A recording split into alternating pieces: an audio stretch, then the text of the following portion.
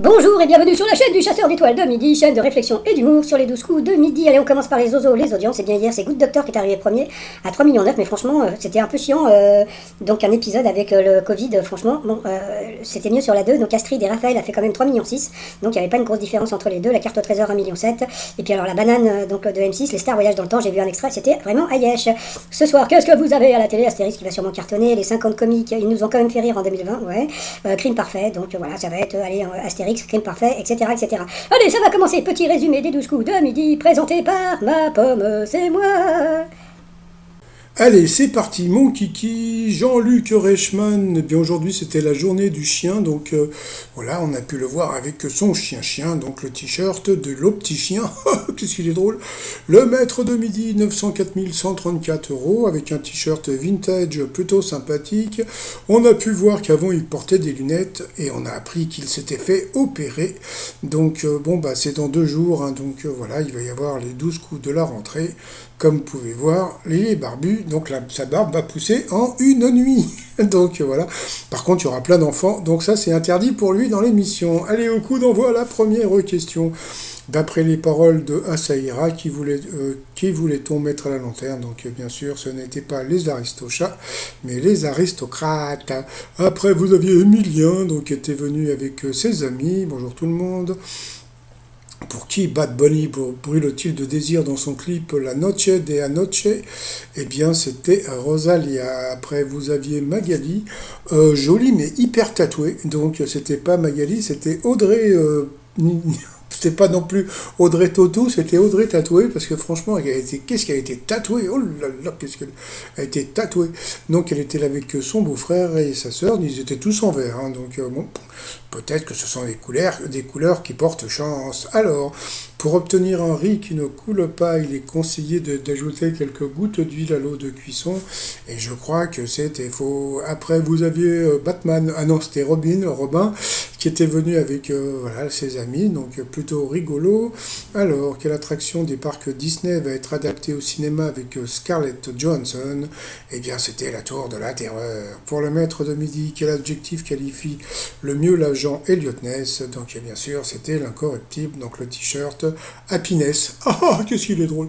Donc ensuite, quel régime alimentaire permet de réduire de 2/3 le volume de crotte de chien?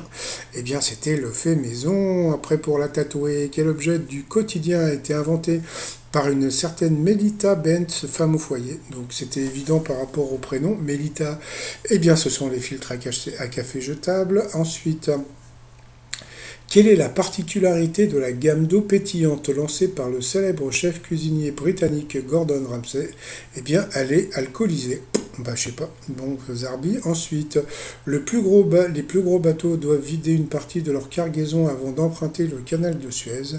Eh bien, c'était vrai. Et puis ensuite, où l'artiste Ricky Means dessine-t-il des portraits incroyables? Eh bien, sur des vannes sable. Donc, sur cette question, Emilien est passé au rouge. Qui dit rouge dit duel. Il a pris Mama Gali en duel, qui est tombé sur une question qui était assez rigolote parce que elle a offert un petit pochon avec des pierres à Jean-Luc Reichmann, et puis en plus elle avait ses petites pierres, et elle a eu une question sur les pierres. Donc quelle pierre a donné son nom à la première fille adoptive de Johnny et Laetitia Hallyday? Donc bien sûr c'était Jade. Donc c'était une question assez simple. Ensuite, Magali, Bruno et Robin se sont retrouvés au Cooper Coup. Alors quel terme sert à désigner les FFS? Donc alors là, pour celles et ceux qui ont bien aimé la chanson, je crois que c'est la chanson, c'était Coluche qui chantait le genre de chanson un peu créole, hein, sur les fesses. Donc la mauvaise réponse était le baguet, pourtant le joufflu c'était hyper connu. Ensuite, quel personnage retrouve-t-on retrouvons-nous dans les aventures de Sherlock Holmes? Et donc, Bruno s'est planté, pourtant c'était assez simple, c'était Madame Hudson qu'il fallait trouver, et puis Jonathan Septimus, c'était pas bon. Donc sur cette question, il est passé donc à l'orange, et puis une petite pensée pour Madame Hudson de Sherlock, la série avec, je ne sais plus son nom, qui est décédé il n'y a pas très longtemps. Ensuite, qui a inspiré une chanson à Renaud? Eh bien, la mauvaise réponse, c'était Malcolm X. Donc, sur cette question, eh bien, Magali est passée au rouge. Qui dit rouge dit duel. Elle n'a pas voulu prendre le maître de midi en duel. Et puis, bon, bah, après on verra, hein, mais bon, elle a préféré prendre Robin, donc qui est tombée sur une question au cours de quelle décennie a-t-on pu jouer à Oxo, considéré comme le tout premier jeu vidéo, donc il a dit les années 60. Et puis bah, Bruno a dit les années 70. Non, pardon, il a dit les années 50. Mais bon, voilà. Ce que j'aime bien, c'est quand Bruno répond à des questions qu'on lui a pas posées. Donc je voudrais un jour le voir face à des questions comme ça. Donc ça serait vraiment très bien. Mais bon, jusqu'à présent, bon, c'est pas de sa faute. Hein, mais bon, voilà quoi. Donc bon, bah, on a pu voir que Robin a été éliminé. Donc ensuite, eh bien, Magali et Bruno se sont retrouvés en coup fatal. Et puis bah, il y a eu la pub. Hein. Ah, toup, toup, toup, toup, toup. Bon bah retour de pub, hein, donc ça y est, donc tout le monde a fait son pipi, bon allez c'est parti mon kiki, donc bon bah voilà, au départ ça se passait plutôt bien pour les deux personnes, et puis après après c'est à vous de voir, hein. Moi comment dire, moi des fois je me rends compte que, et puis il y a des moments autrement, donc voilà.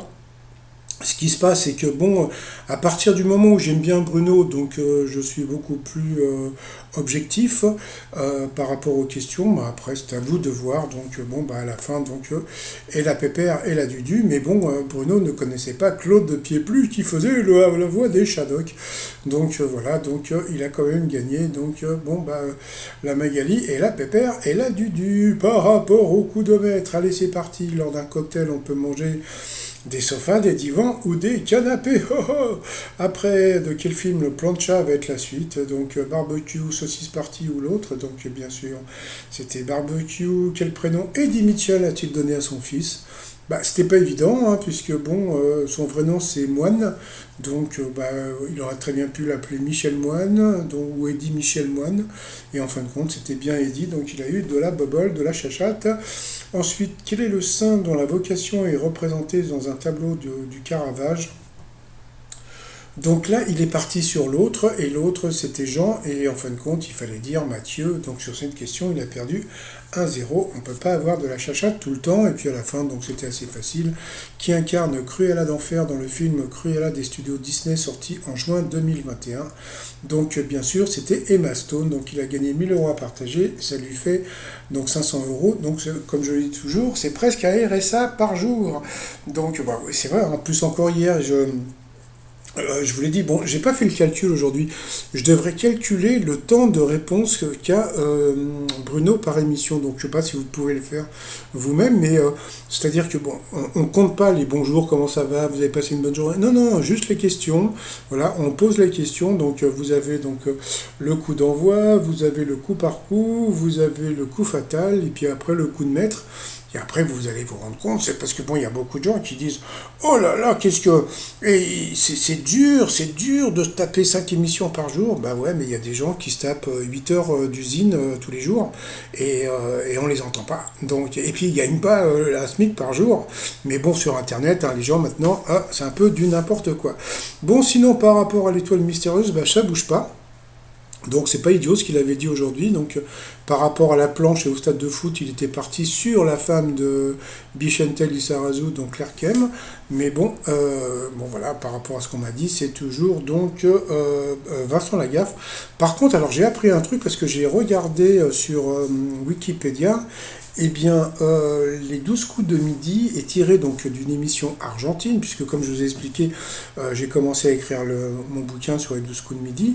Euh, et en fin de compte, donc j'avais cherché des images de l'émission, ça s'appelait El Legado, l'émission argentine, et en fin de compte, le problème c'est qu'on ne trouve pas sur internet cette émission. Par contre, donc c'est pour ça que je garde l'image de la gaffe, eh bien quand on regarde les 12 coups de midi, eh bien si vous allez voir sur Wikipédia, eh bien c'est tiré de l'émission Crésus, qui avait animé Vincent Lagaffe. Voilà, donc il y avait une émission qui s'appelait Crésus. Donc bon, bah, j'ai pas regardé encore, mais bon, bah, si vous allez sur YouTube et vous regardez l'émission Crésus, et ben normalement ça devrait ressembler aux 12 coups de midi. Donc je trouve ça assez rigolo. Sinon, tu short du jour, vous débrouillez, vous allez sur mon site tromignon.com. Hein, donc voilà. Sinon, les tweets du jour, donc bon. Il y a une personne qui dit: je n'ai pas la critique facile, mais le rire forcé de Jean-Luc Reichmann, je crois que c'est la chose qui m'insupporte le plus à la TV française. Non, mais c'est vrai que bon, je ne parle pas du rire de Jean-Luc Reichmann, mais il y a beaucoup de personnalités, d'animateurs, etc., qui ont un rire, on ne sait jamais si c'est pour de vrai ou si c'est pour de faux. Donc Cyril Hanouna a un rire idem, et je me rappelle, c'était, comment il s'appelait, mince, j'ai un trou, comment il s'appelait, mince, Salvador. Salvador, c'était quoi? Henri Salvador, il avait un rire comme ça, et il pouvait rire sur commande. Donc voilà, donc je suppose que Jean-Luc Reichmann doit rire sur commande. Donc il y a des moments où on sent que le rire est réel, et puis il y a des moments où on sent que c'est pas réel. Donc bon, et puis comme on peut voir, il a quand même eu 4 likes, puisque bon, il y a beaucoup de gens qui n'aiment pas le rire forcé de Jean-Luc Reichmann. Et puis il y a eu un message de Sébastien qui dit: je suis régulièrement ce jeu et je me demande quand les émissions en public vont reprendre. Les visios c'est bien, mais il manque un petit quelque chose, d'autant que de nombreux autres jeux ont recommencé les enregistrements en public. Donc c'est vrai que moi ça m'arrangerait qu'il y ait moi, je vais vous dire franchement, ça m'arrangerait qu'il y ait du public parce que déjà j'aurais plus d'infos, puisque bon, là le problème par rapport à mes infos, c'est que comme bon, il y a très peu de personnes tous les jours qui sont dans le jeu, c'est-à-dire vous avez les personnes en visio, et puis bon, il y a beaucoup de gens qui veulent pas me dire qui est éventuellement dans l'étoile mystérieuse ou quand Bruno va être éliminé, mais quand il y aura du public, en général, j'ai beaucoup plus de balance. Donc moi, j'ai envie quelque part que le public revienne. Et puis en plus, je pense que ça pourrait être sympa. Mais bon, vu qu'il paraît que le virus devrait repartir à la rentrée, donc voilà, donc on sait jamais. Bon sinon, le maître de midi, donc demain, il va égaler, je crois, le record de Marie-Christine. Et donc après-demain, il va être dans le Guinness des records.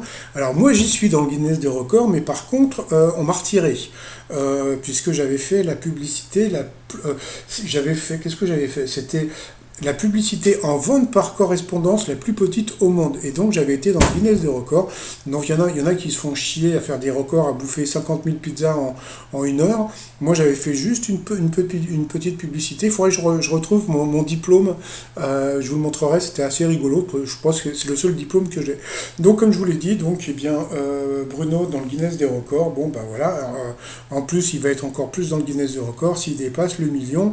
Donc voilà, ça va devenir le champion des champions, mais bon, ça fait super bizarre parce que bon, il est sympa et tout, quoi, donc il a de la culture, mais bon, c'est pas Paul, c'est pas Xavier, c'est voilà, quoi, donc mais bon, je veux pas le critiquer parce que je l'aime bien, donc voilà. Allez, je vous souhaite une très très bonne journée et je vous dis à demain, portez-vous bien et surtout, portez-vous, bye bye.